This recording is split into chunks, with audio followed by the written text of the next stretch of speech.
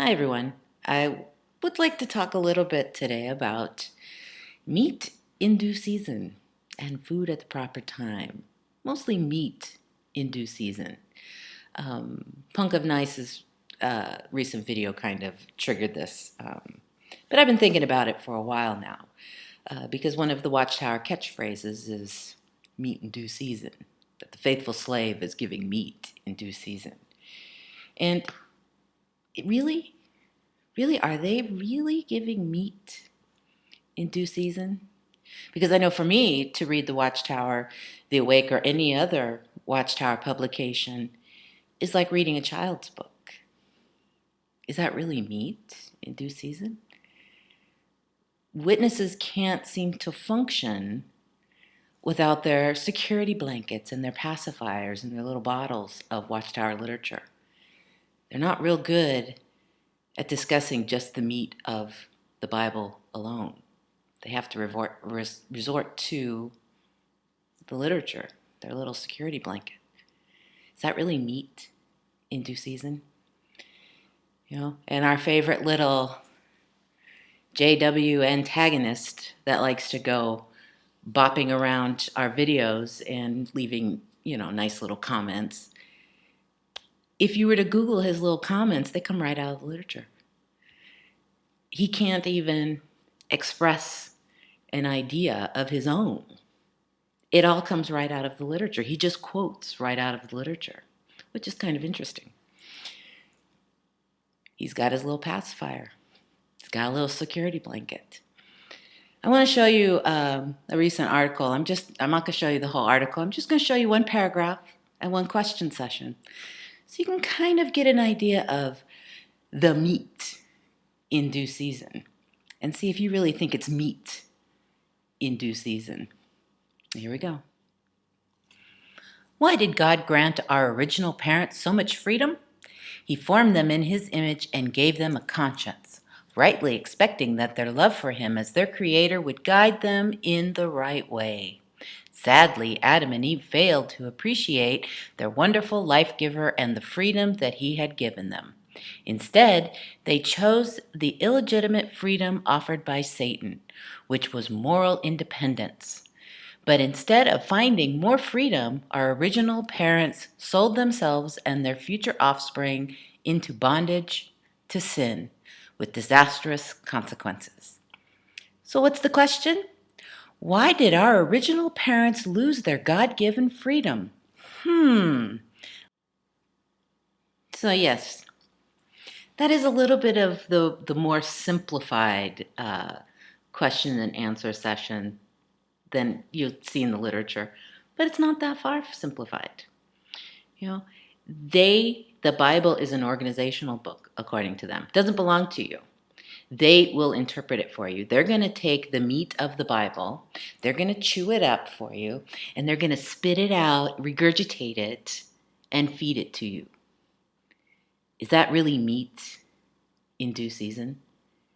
I want to remind you again, June 22nd, 2000 Awake is probably my favorite Awake. It's all on the manipulation of information, propaganda, etc. And the reason it's my favorite is because all the stuff that they warn you about in that article is exactly what they do to you. And so I want to remind you a little bit about propaganda. Here we go. There is a difference, a big difference, between education and propaganda. Education shows you how to think. Propaganda tells you what to think. Propagandists relentlessly force you to hear their view and discourage discussion. Your emotions, not your logical thinking abilities, are the target. The propagandist makes sure that his message appears to be the right and moral one, and that it gives you a sense of importance and belonging if you follow it. You are one of the smart ones. You are not alone. You are comfortable and secure, so they say. So are they really teaching you how to think? Or are they teaching you what to think? Are they really encouraging you to get into the scriptures yourself? Or are they just telling you what the scriptures say?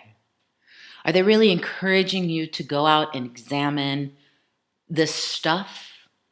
Or do they encourage you to examine Watchtower stuff? You know, they've taken all this stuff, this information, and they've chewed it up and made it all soft and pliable and spit it out at you.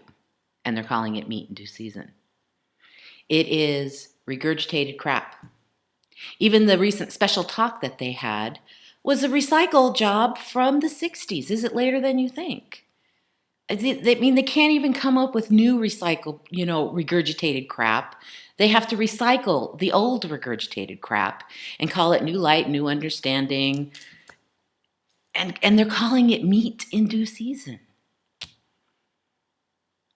You know, they are telling you what to think. I mean, just take a look at the illustration in the latest magazine. I had to bust up laughing. I mean, doesn't this illustration remind you so much of the old Goofus and Gallant illustrations from the Child's Highlight magazine? I mean, look at the similarities between these two.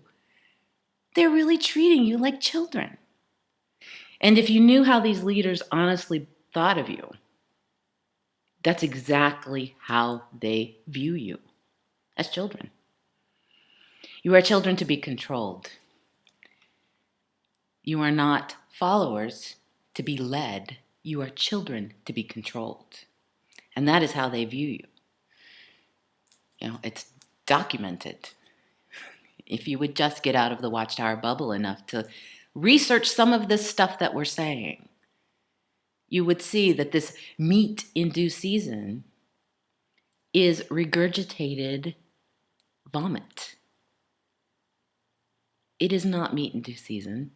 They're playing on your emotions, just like they said, just like they warn you of.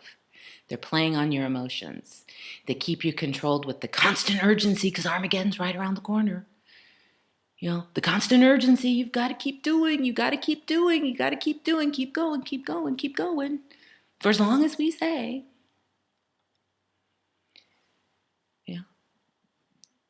Take a look at the literature.